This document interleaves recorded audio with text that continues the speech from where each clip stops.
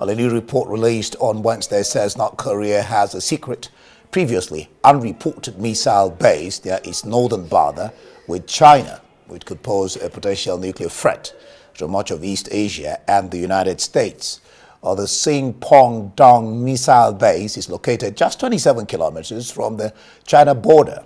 It's believed to store up to 9 nuclear-capable intercontinental ballistic missiles, as well as their mobile launchers, said the report by Washington-based think tank Center for Strategic and International Studies. Well, the site is one of the estimated 15 to 20 ballistic missile bases and warhead storage facilities that North Korea has never declared, which drew from satellite image analysis, interviews with North Korean refugees and officials, declassified documents, and open source data.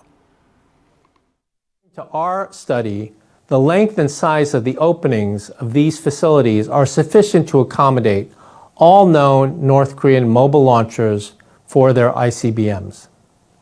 There is also heavy vegetation and forestry around the entrances to avoid detection and targeting. This next image shows the entrances to large underground facilities on the north and the south sides of the base that again could accommodate all known mobile erector launchers and transporter erector launchers for North Korean nuclear ICBMs. Our analysis suggests that the Shinpung-dong Missile Operating Base in total houses 3 missile firing battalions equipped with 6 to 9 TELs and MELs for nuclear ICBMs, most likely the Hwasong-15 or Hwasong-18, both of which are capable of targeting the U.S. homeland. Well, for more on this, I'm joined now from Dubai by U.S. military and current affairs analyst Doug Brooks, who is also the founder of the International Stability Operations Association. Doug, glad to have you join us. The pleasure is mine. Good, fantastic. Why do you think that this poses a threat to East Asia and then the USA? Well, this is a new base that I guess perhaps the intelligence agencies had known about, maybe, but now we have commercial satellites are able to detect it as well. And CSIS has done quite a service in telling us more about it. What's interesting, it's not actually a missile base, it's a place where they store these mobile missile launchers.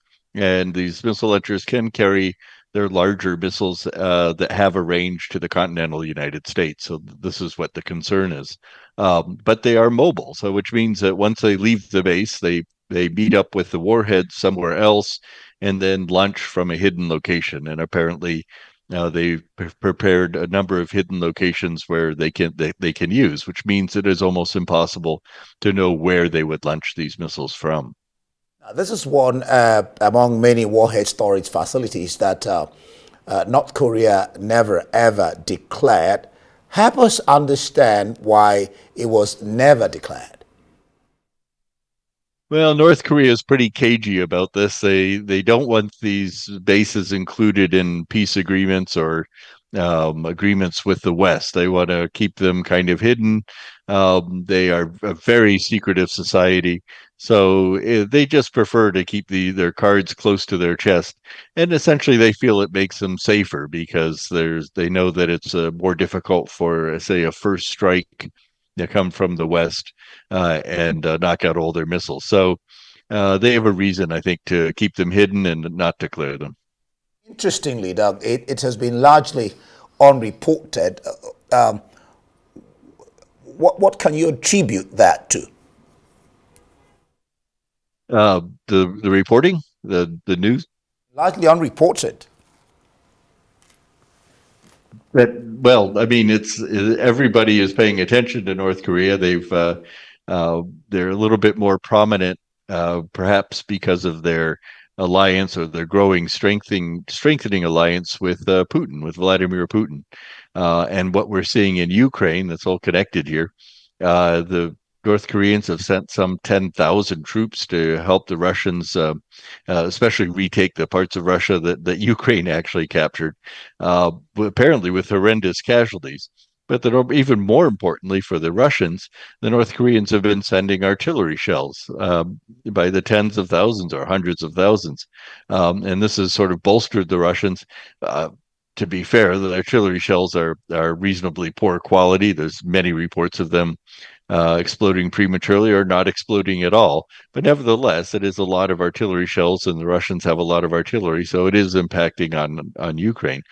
So North Korea continues to be essentially an annoyance to Western peace or to the world peace, and in a way that's sort of hard to counteract. And now with the support of the Russians, it makes it even harder to really try to influence the North Koreans.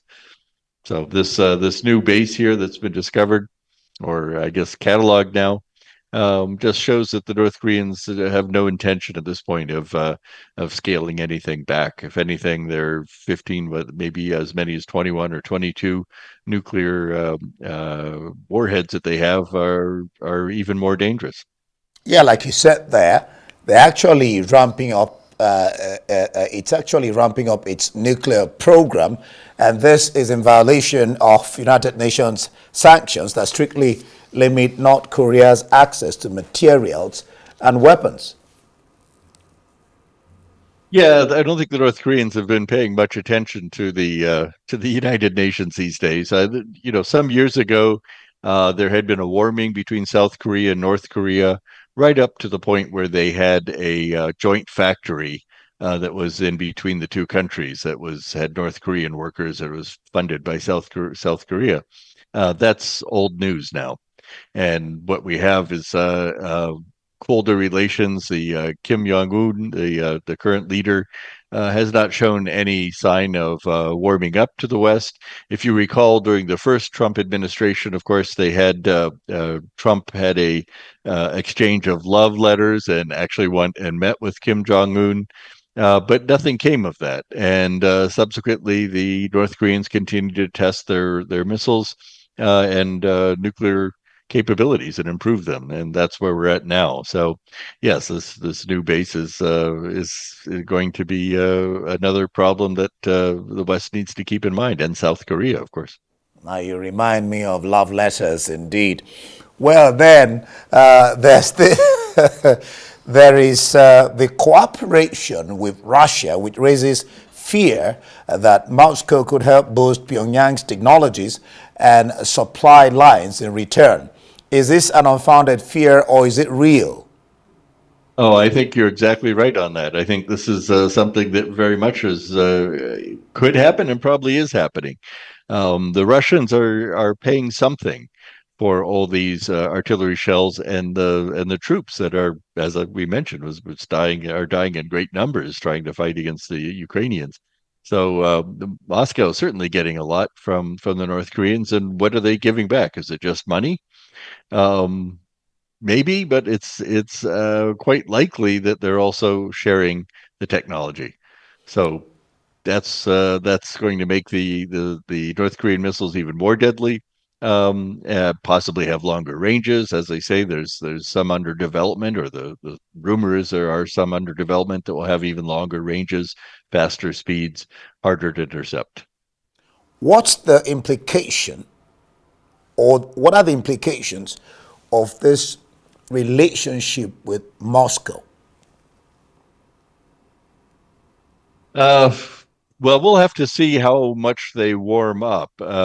Keep in mind that North Korea has been fairly close to China as well in the past, but now they seem to be even closer to Russia.